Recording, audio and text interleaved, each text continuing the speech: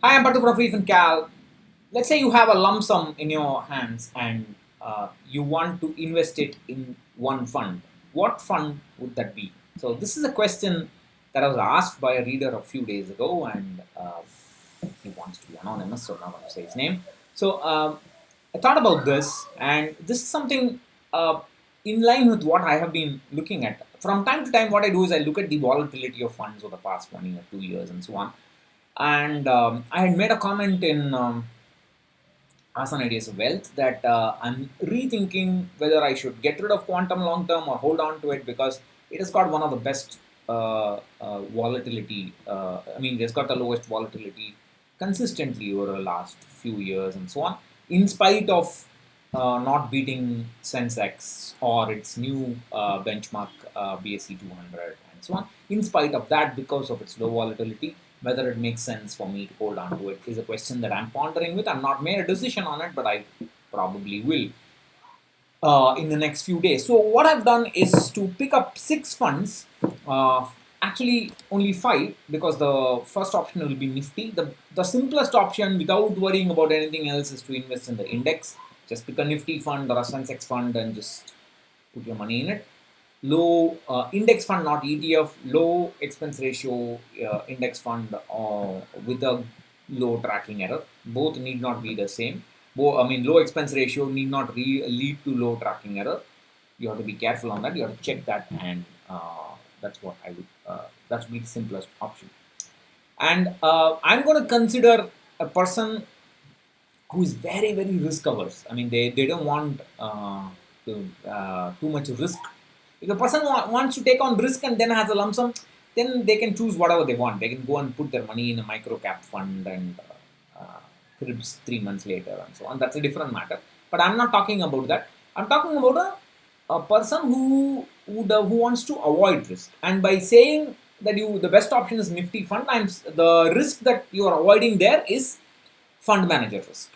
So, but then the volatility will still be there. If you want to avoid volatility, that is day to day up and down movements, one of the best funds that I can offer, in spite of it not having a favorable taxation, one of the best funds with the lowest volatility is Franklin India Dynamic Asset Allocation Fund. It was earlier called Franklin India Dynamic PE Fund. When it was now it has got a PE plus PV kind of combination strategy.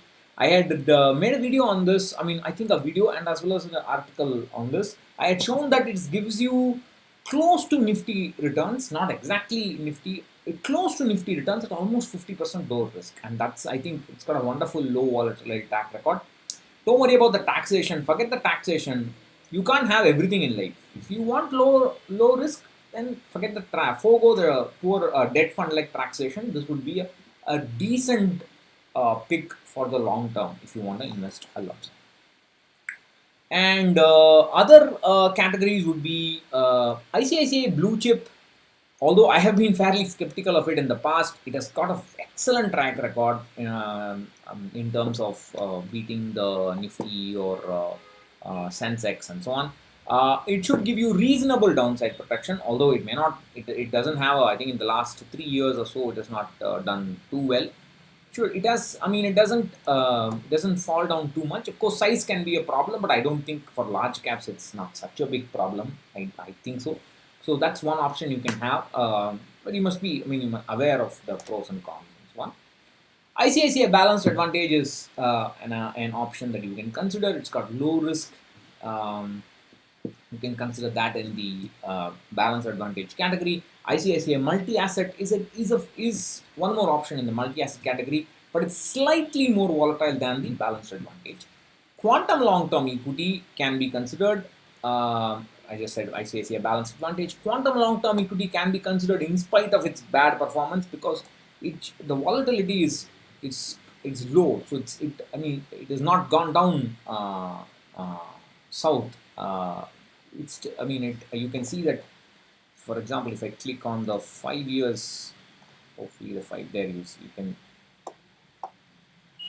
you can see this kind of thing here. Oops, let me myself up. Sorry, man. You can see here from about January 2018, the Sensex went in one direction, but the quantum has been more or less steady, uh, holding there. It's not given you returns, but if you are risk averse, and that is more your primary your aim, and you can sacrifice some of the returns, then some returns for that, then quantum does remain a compelling pick. Of course, you have to go through years and years of that frustration, but I mean, that, like I said, I've been rethinking my thoughts on that, and I still think, from a volatility point of view, quantum is a very good pick. Of course, the last would be Parak Parak Long Term Equity Fund. It has been a great performer, this part of my portfolio. The only problem is it is heavily fund manager dependent, in my opinion. If you look at quantum long term equity, you don't stop to think who the fund manager is. It is AMC dependent in your mindset. Same with ICICI Balanced Advantage. Same with ICICI Blue Chip. Same with Franklin Dynamic PE. But if you look at Parak Parak, it's heavily fund manager dependent, and that can be a problem if the fund manager leaves or quits or whatever. So, excuse me, sneeze. Sorry. So it's heavily fund manager dependent. Um, that's one downside with it. If the performance takes a hit because of bad calls he makes, or because of there is a crash in the US market, whatever, then things can change. So you got to be aware of that. But based on its past performance, I think it's a great pick. So those are some good funds with low volatility. May not always be top performers, but they have very good downside protection, in my opinion. So let me know what you think. Catch you later. Bye bye.